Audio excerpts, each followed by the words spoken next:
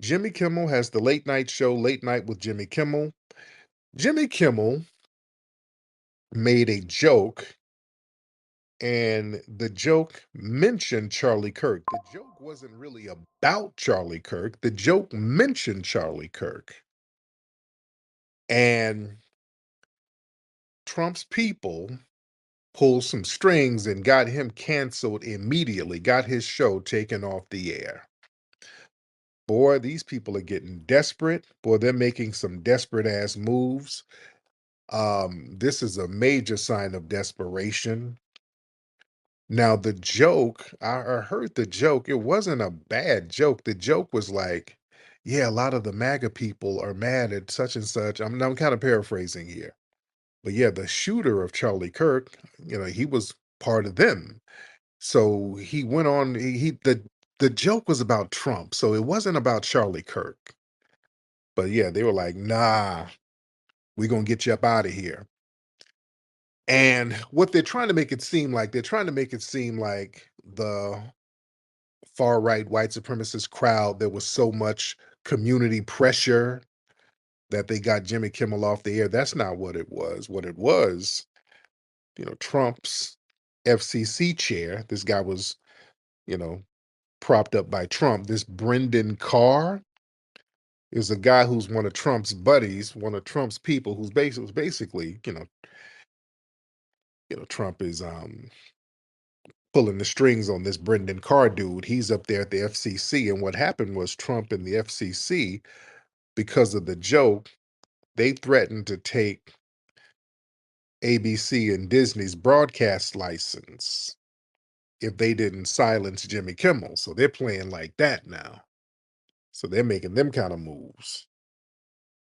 So they got him off the air, and some of the far right MAGA white supremacists, boy, they're doing victory laps. But here's the thing: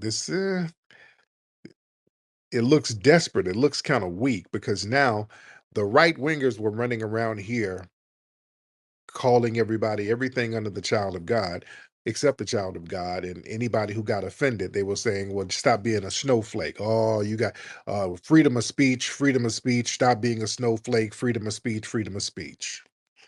That was their whole thing. They're running around here talking about Charlie Kirk was a beacon of freedom of speech. Well, if he was a beacon of freedom of speech, why is it that everybody who says something about him, y'all get to acting like snowflakes, y'all get to whining and tattletaling and throwing the First Amendment out of the damn window, right? But they're looking real desperate right now, and they're targeting a lot of people as scapegoats. And this is very, very desperate. The right wing white supremacists, they are in desperate need of a scapegoat. See, in the wake of Charlie Kirk's death, see, the right wing ecosystem, they're scrambling to shift blame to find some kind of symbolic enemy. So they're desperate for something. So now they're running around here talking about the shooter. Yeah, even though his family is a bunch of hardcore MAGAs, well, he was a leftist. Yeah, he was the black sheep of the family. He was really a leftist, and he has a trans boyfriend or girlfriend, or whatever you want to call it. So he had a hankering for bussy, and that made him a leftist. No, there's some right wing bussy hankering people out there too. No, no, no, don't say that now. We don't know. We don't know what the guy's political leanings are. We know his family was hardcore MAGA.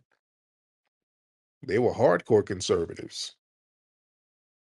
So they're desperate right now.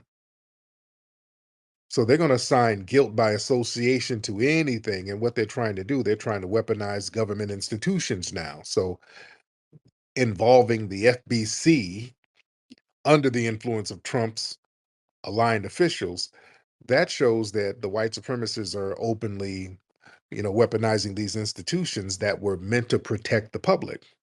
So instead, they're using this to retaliate against people who they deem political enemies.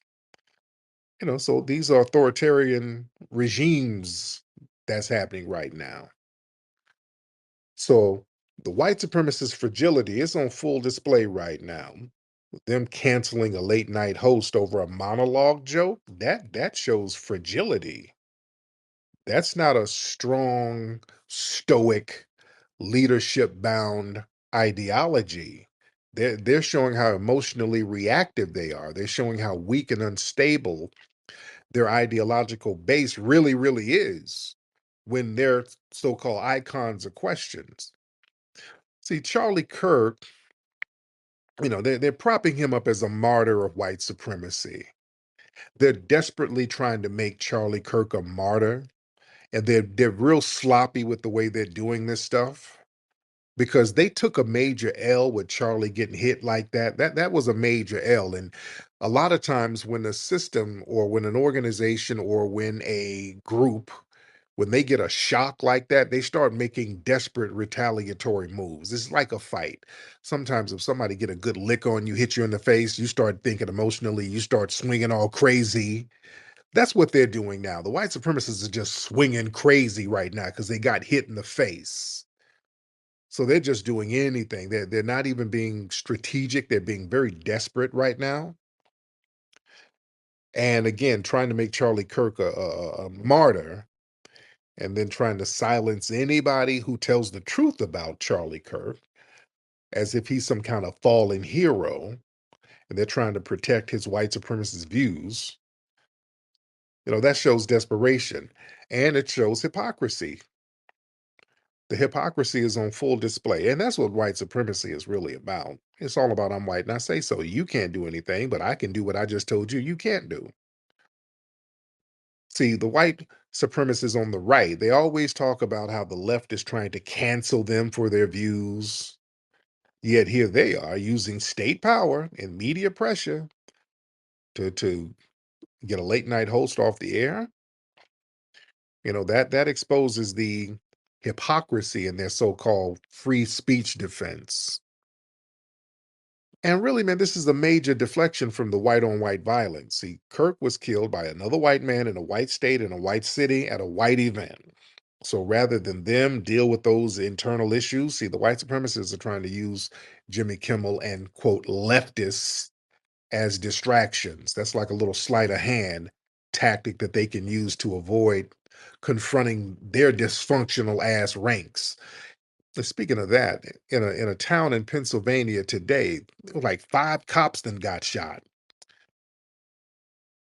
by a white man, allegedly. I'm gonna just say alleged, but yeah, in York County, Pennsylvania, an alleged white man bust on like 5 cops. I think he killed 3 of them. Y'all haven't heard nothing about that because it's a white man in a lily white town. That county out there in Pennsylvania, my Pennsylvania people know what I'm talking about. Outside of Pittsburgh and and Philly, Pennsylvania is lily white. It's white as hell. So you haven't even heard about like 5 cops getting shot. You haven't heard that because it's white. They downplay that stuff. Now if that was a brother who shot 5 cops, the National Guard would be out there right now. They'll have the National Guard out there.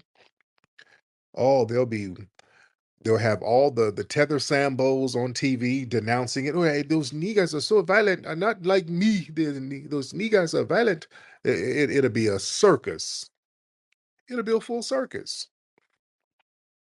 But they always have to deflect from white on white violence. They have to deflect from that. And the thing is, they fear losing narrative control. See, a lot of late night TV hosts historically they they mock power. That's the job. If you're attacking comedians, the comedy stage is supposed to be sacred. You understand? Going back to gestures, the court jesters, there was a sacredness there. You were allowed to use comedy to kind of mock the royal court, to mock the public. That was your thing. That was an acceptable outlet for civilization. So now these people are getting triggered by comedians. That's not that's desperation.